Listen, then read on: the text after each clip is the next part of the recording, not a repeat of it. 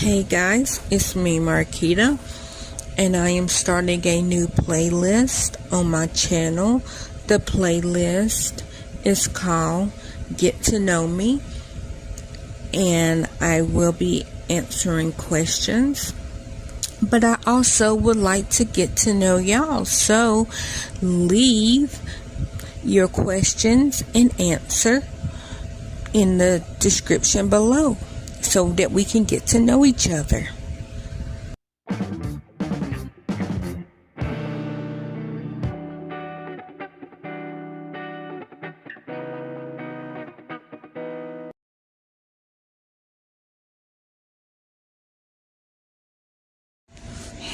Hey everybody, it's me Marquita, and today's question is, who is your favorite superhero? I'm going to pick Black Panther because of Chadwick. He's my birthday twin. I didn't know that we had the same birthday until after, sadly, he already passed. I can also say, well, I won't say that. I was going to say the Tom Sizemore's character in Saving Private Ryan, but I don't know that gentleman's name. So I can't say that man, but it's only because Tom Sizemore, rest in peace. That's my husband. He also is my birthday twin, but I love me some Tom Sizemore. I was like, he's my husband. I can fix him. Before I knew we had the same birthday, but rest in peace, Tom. I really genuinely did love him. Not fascinated with him, but I had genuine love for him, I should say. Okay, question number 2. If I can live anywhere, where would I live? I have always said Colorado because it is so beautiful. When I was passing through, I had like maybe a 5-minute layover. Didn't get off the bus, but we did stop in Colorado, and I fell in love with it. I fell in love with Colorado, but of course I was still just at the bus terminal, so I don't know what it looks like. And then the Dale tribe, they live in Colorado, or they used to. I haven't watched them in like over a year, so I'm assuming that they are still in Colorado, and their view and their property is so beautiful. But Colorado, because I can't think of anywhere else.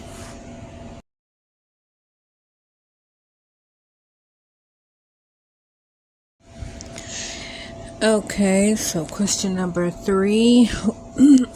What is your biggest fear? My biggest fear is, well, it's kind of still my biggest fear, but I'm accepting it as my reality, but not my total reality. My biggest fear was that I would never be a mother. Now, I have 2 kids. So I am a mother, but I have never been pregnant. I have never given birth. So yes, I have my DNA going, but it's not a straight line, because my girls has my DNA because me and my sister has the same mama.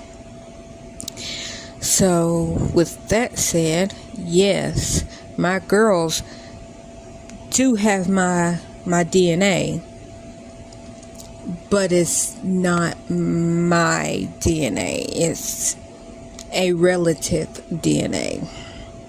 So that was my biggest fear from 18 to present. But you know, I love my girls. I would give nothing for them. They are the reason I'm alive. And I say that, and people's like, yes, I love my kids too. I live from. I'm like, no, you don't understand. If I didn't have my girls, I know that I would not be alive. I know that I would not be alive. They literally are the reason that I'm alive. And I live every day for them. Okay, so question number 4. I think we're on question number 4. I don't have Gary's phone, so I have to keep stopping the video to look at my questions. Sorry. Question number 4. What is my favorite family vacation? I think that was the question. Well, we never went on family vacations, but I can honestly say one that sticks out in my head is the year that my mama was dating this one guy, and this guy was from South Carolina.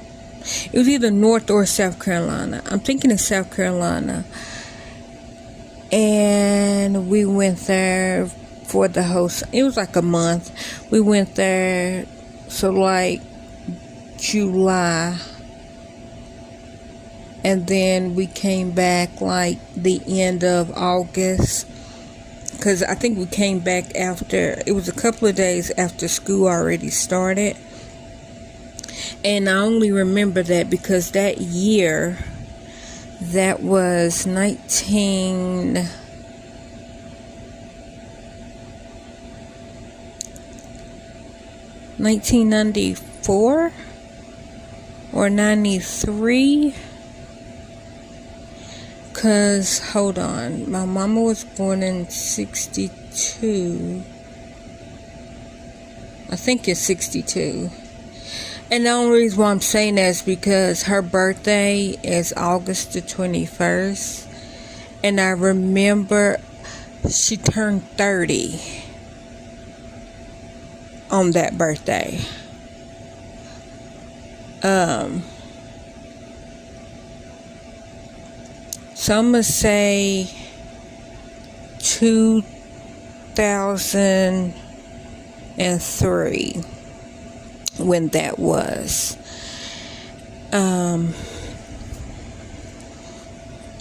But that vacation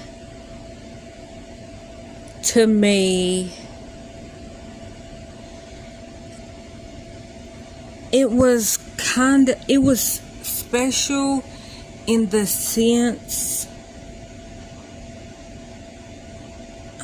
I really can't explain it, because like if I start telling you about the vacation, you're going to be like, and you consider that a good vacation? Because I'll tell y'all a little bit without doxing anybody. And this is not the good parts. This is just things that I'm remembering. But I still put that up under a good vacation when it really shouldn't be. But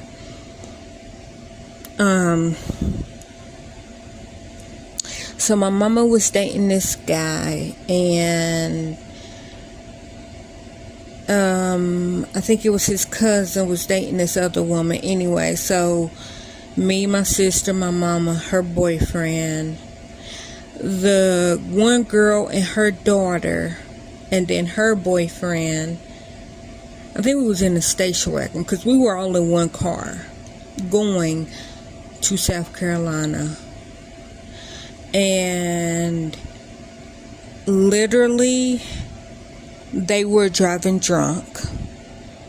The men were. The men were the ones driving, but all the adults in the car was beyond tipsy. Like, they were through. We shouldn't have been in the car. And I remember us going, and we stopped at somebody's house. And that person wasn't home, so we ended up leaving. And then we left that place, and then my mama's boyfriend, we went to his mama's house, which at that time didn't have electricity.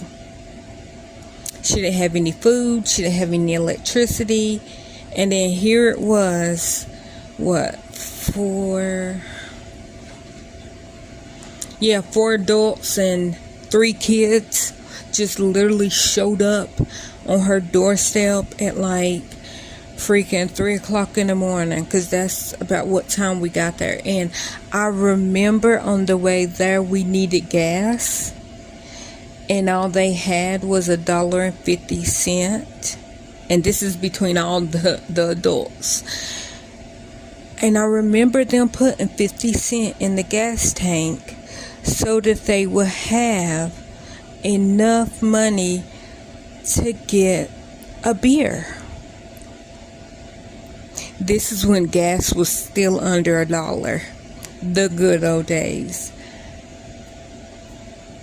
Or if it wasn't under $1, that 50 cent got us, the rest way to South Carolina. And so, of course, the morning, his mama's going off, his mama's tripping, because she's just like, I don't have electricity. My electricity's cut off, my water's cut off. Like, her rent was paid, but that's because she paid it once a month. So her rent was paid. It's just she didn't have water because she didn't pay her water bill. She didn't have electricity because she didn't pay her electric bill. She didn't have any food, which she had her own vices. And, I'm not judging her, because we shouldn't have just went to her house uninvited. And I don't know if we were. Let me say that. I was a kid when this all happened. And then one of her neighbor was like, these kids can't stay in this house. 'Cause she was a tad bit a hoarder also. I remember that. And so what we did was, the neighbor was like, look, because of the adults, that neighbor did not let us sleep at her house because the adults were crazy. So what that neighbor said is, I will feed these kids. Like, if the parents were not tripping, because they're like, no, you ain't keeping my kids, that type of tripping, and she's just like, look, they can come over to my house. It's summer. It is literally August. It's hot. And we had to sleep in a house with no electricity, no running water.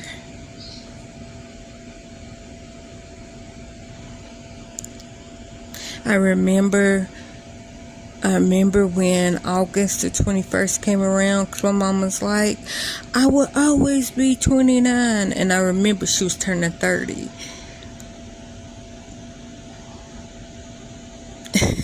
Sorry, I'm thinking about I'm thinking about that. But yeah, so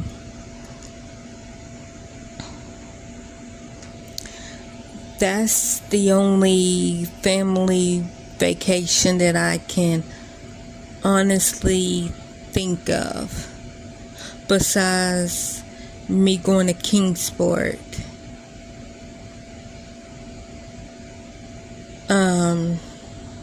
And going to Girls Incorporated. But even with that story,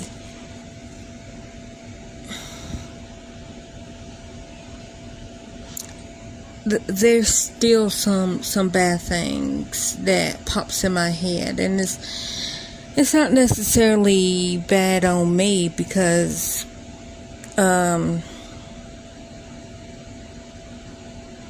nothing bad happened. I'll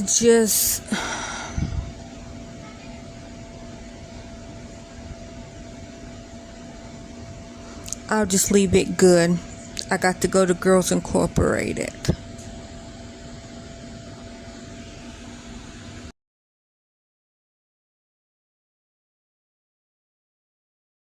Hey, okay.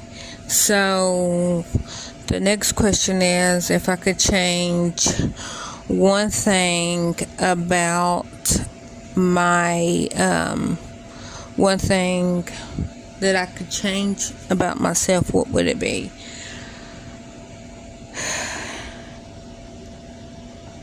At this present moment, I wish I had my teeth back. That's the one thing that I would change about my situation right now, is I want my teeth back. I loved my teeth. My teeth was my prized possession, and I know that that sounds silly as it is, but I have never wanted to be skinny. I don't right now want to be skinny. I got gastric bypass not to lose weight, but to, I guess, get more healthy, and this is air quotes, because I was very healthy. Like, I had zero health problems due to my weight. Zero. I have zero health problems due to my weight. Knock on wood. The reason why I was as big as I was because most of that was fluid. Because I have pseudotumor cerebri. And if you don't know what that is, pseudotumor cerebri, it means water retention on the brain. But it's not just on the brain. It's like your body, like, okay, this is why I say my brain is evil.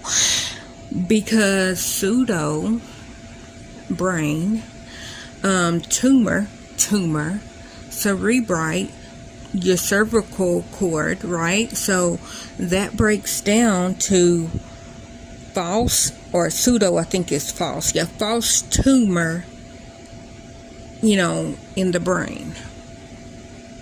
That's what that stands for. That's why I say my brain is Dawn. I used to call my brain Hitler, but I don't want to be disrespectful for the Holocaust survivors and the people that had Holocaust survivors in their family. So that's why I changed it to Don Kaholi, the dude that was fighting that windmill, and he thought it was a big dragon. That's why I changed my brain to Don, because it's like, stupid. That's not a tumor. And what it does is, my brain gets in its own head and say, oh my gosh, there's a tumor. I need to protect the brain. So what does it do? it collects fluid to protect the brain so that when it attacks the tumor, it doesn't hurt the brain. But the only problem is there's nothing there. So it sees a tumor that's not there. It collects extra fluid to protect the brain before it tries to attack a tumor that's not there. So, with all that said, my brain is like, okay, I'm going to fight this tumor because I see it and I'm going to get it. And then all that fluid is sitting right there around my brain, inside my skull.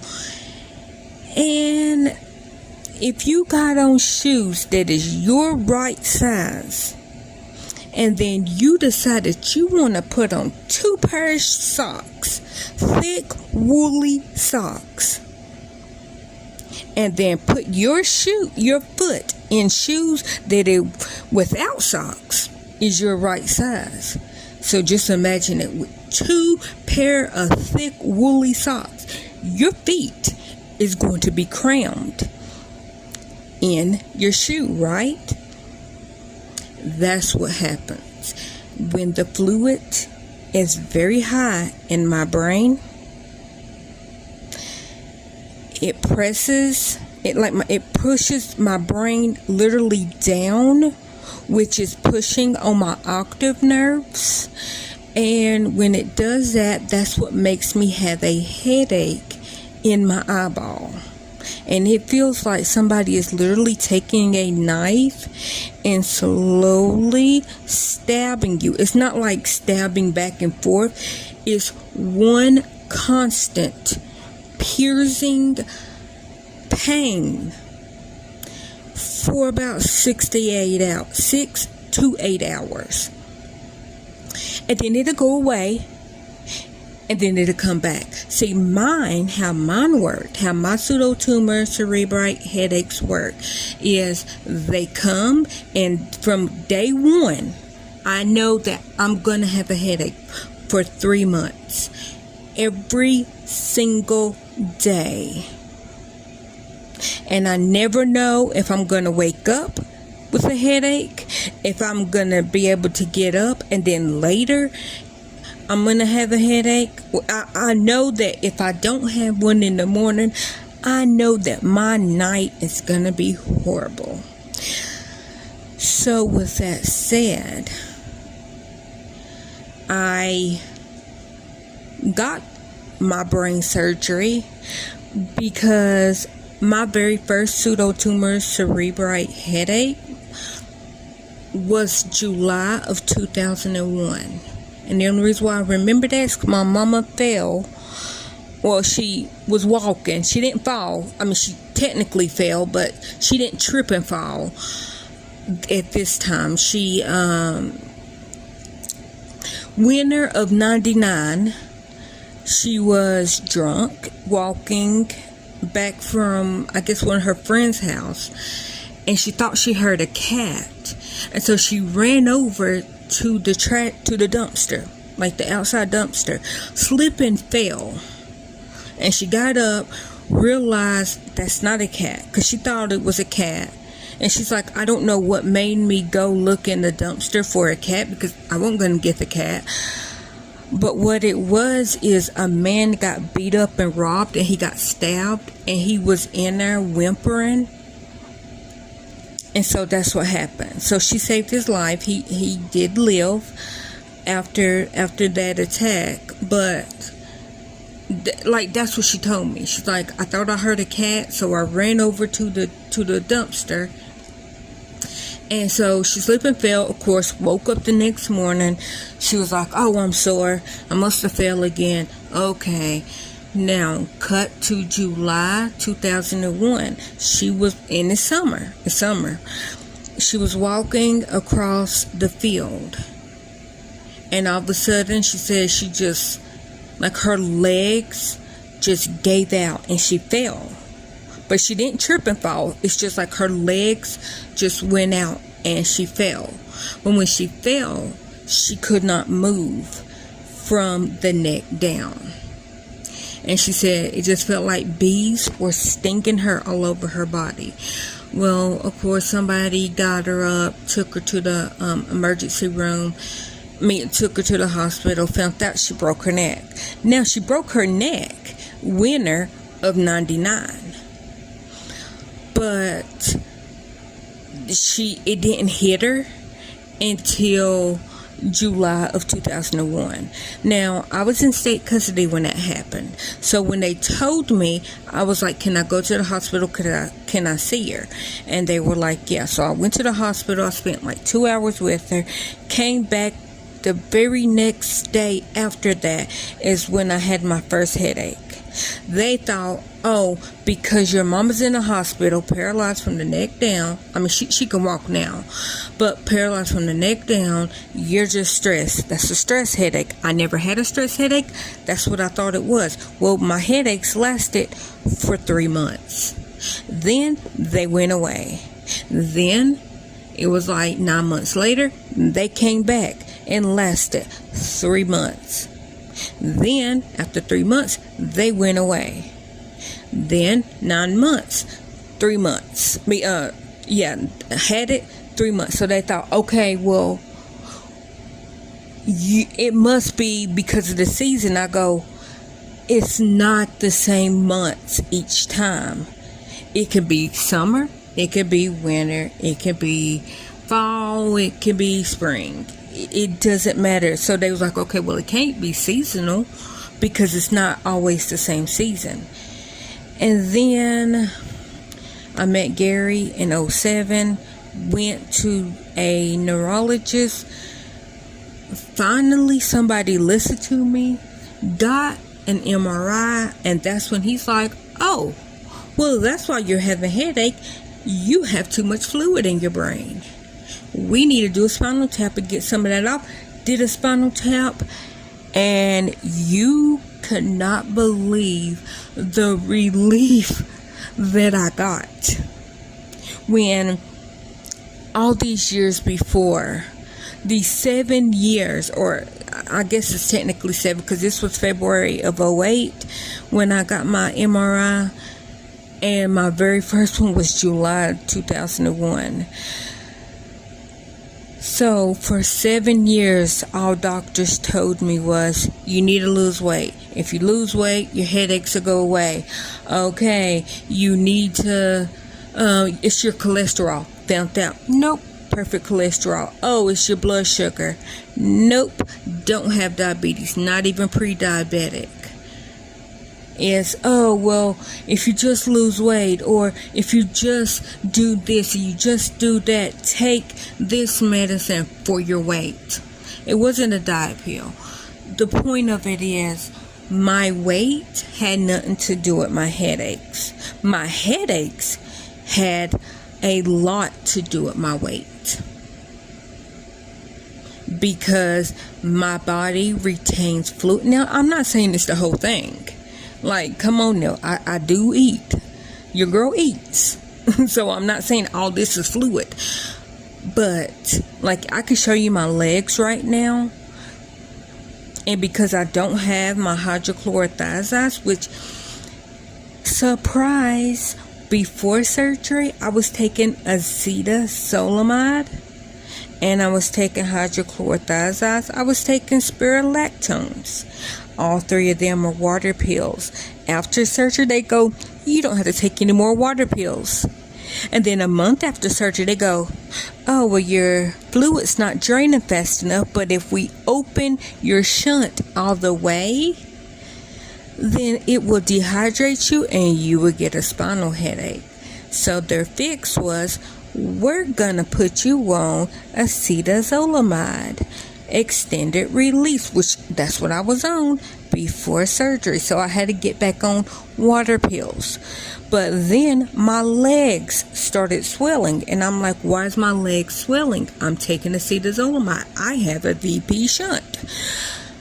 Found out I needed hydrochlorothiazide for my legs. So literally, because my body built up an immune to the hydrochlorothiazide and acetazolamide, my body was Roxanne.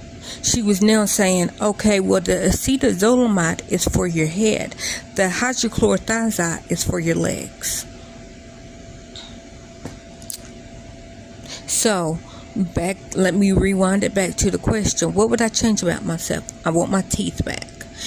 I want my teeth back. My brain attacked my bone marrow after surgery. I had my surgery, my first one, July the 1st, 2015. I was about to say 2015, like twice, sorry. So I had my very first brain surgery, July the 1st, 2015. I had my second brain surgery, July the 1st, 2015. One at 8 a.m., the second one at 8 p.m. And November 2015, which is 4 months after my brain surgery, that's when my teeth started falling out. And my brain started attaching, like my brain's attached to my muscles, sorry. My brain started attacking my bone marrow, because it was also attacking, it attacks because I had Paget's. If you know what that is, that's early onset of osteoporosis. So I had Paget's, and I mostly have it in my face. And most people with Paget's, either it makes their bones extra thick, and so it deforms their face, or it eats away at their bone marrow from the inside out. Well, mine was the bone marrow from the inside out, and not so much the thickening of the outside bone. So that's how I lost my teeth. I don't do meth, never did meth. I don't do crack, never did crack. I don't drink, but like I have drunk before, but I have not drunk any alcohol. The girls are going to be 10, so like 12 years, maybe even longer than that. Last time, you know what, I just lied. The last time I did drink an alcoholic drink, it was something that me and CG was doing, and she had a drink and I also had a drink. I forgot which one, what we were doing. It was like National Strawberry Daiquiri Day or something like that. And I remember getting the Harmike lemonade, and I think it was like strawberry daiquiri flavor. So that's the last time. But that was only a sip, just to do that National Day. That was me and CJ. We went together, and I wish that we was. I'm not even going to go into that because I will cry. But I don't smoke. I don't do any drugs. And I know people will look at me and be like, oh my gosh, you got meth mouth. Or because I'm from Tennessee, you got dew mouth. No, I don't have meth or dew mouth because I don't like Mountain Dew. I mean, if you say I got any kind of mouth, I have Arizona green tea mouth because I live on them bad boys. I don't like the flavor of Mountain Dew, and I don't do meth. I don't do any drug, alcohol, or I don't smoke nothing. Never shot, smoked, popped, snorted, nothing. Just because I know about it does not mean that I do it. Michelle goes live. Okay, and the next question is,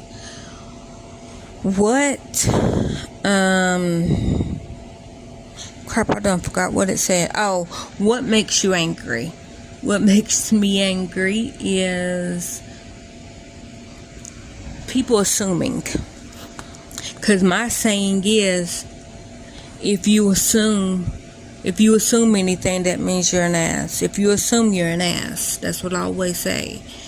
And so I don't like people assuming that they know the answer when they can ask. Sorry, that was triggering. I didn't mean to say it like that. I'm sorry.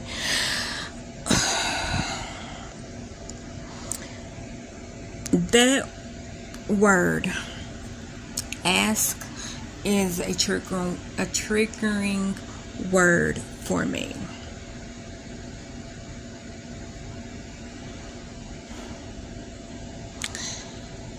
I didn't mean, okay, so I'm not even going to go into that because that makes me mad. But that's a whole different story by itself. I think I might have told it, but I'm not even going to tell it in this video. Assuming. I don't like people that assumes something and come up with the whole story when it's simple just to ask.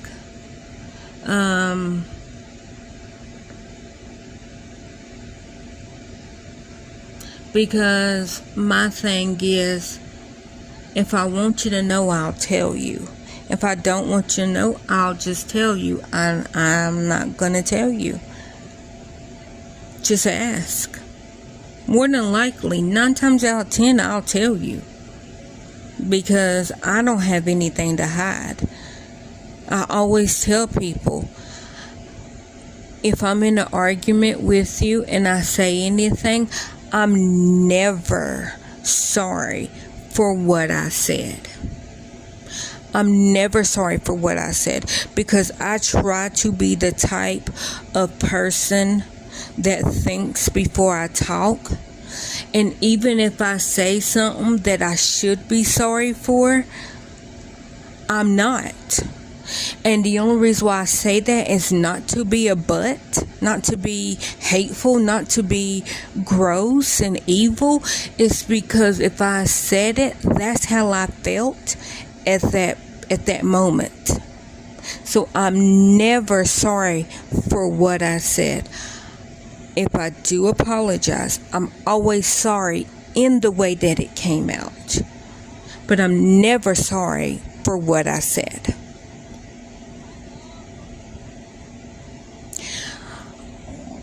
One of my ex-boyfriends made me mad.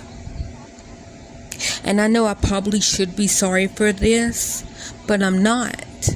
And I'm being 1000% honest. And he said something to me. And what he said to me, and I don't even remember what the argument was about, but it didn't need to go where it went.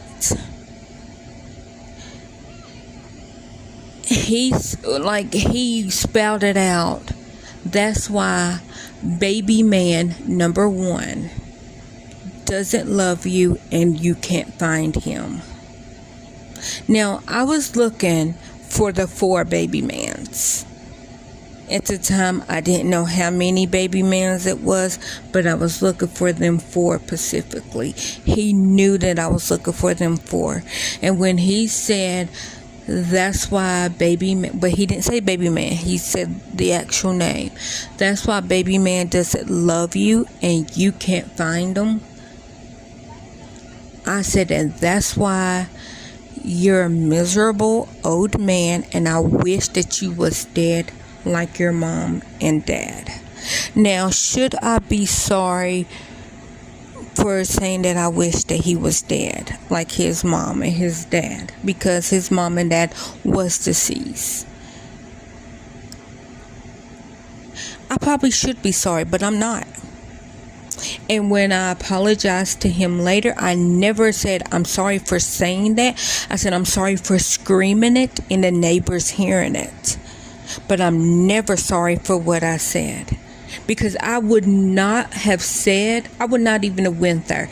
Even if I thought it, I wouldn't have went there if he did not say that about baby man number 1. Because he knew that baby man number 1 was my baby.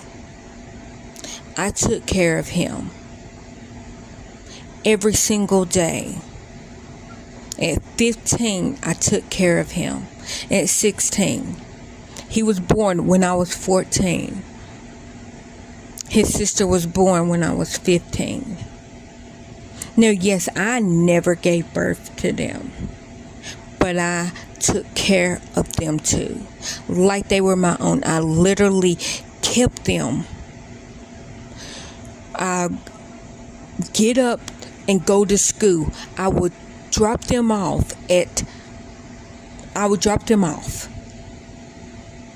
And as soon as I got out of school, got off the bus, went and got them. And I had them until the next morning, until I had to go back to school. On the weekend, I had them. They were my babies.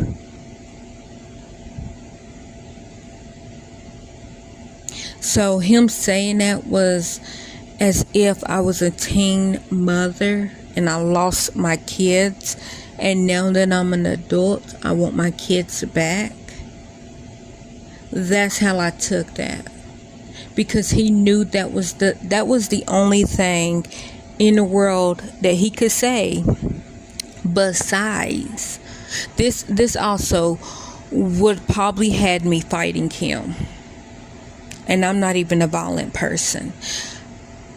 But if he would have said to me, you will never be a mother. You will never experience the joy of a child, I probably would be in jail. Not knowing that 15, 16 years, close to 20 years, because I think I was 20 when this argument happened. My girls was born 6 months before I turned 30. And if they weren't born, I would not have made it to 30. And I know people's like, oh, you probably would know. My headstone would have been like born November the 29th, 1983, died November the 29th, 2013. I already knew what my death date was. But because my girls was born June the 28th, 2013, is the only reason I'm still alive.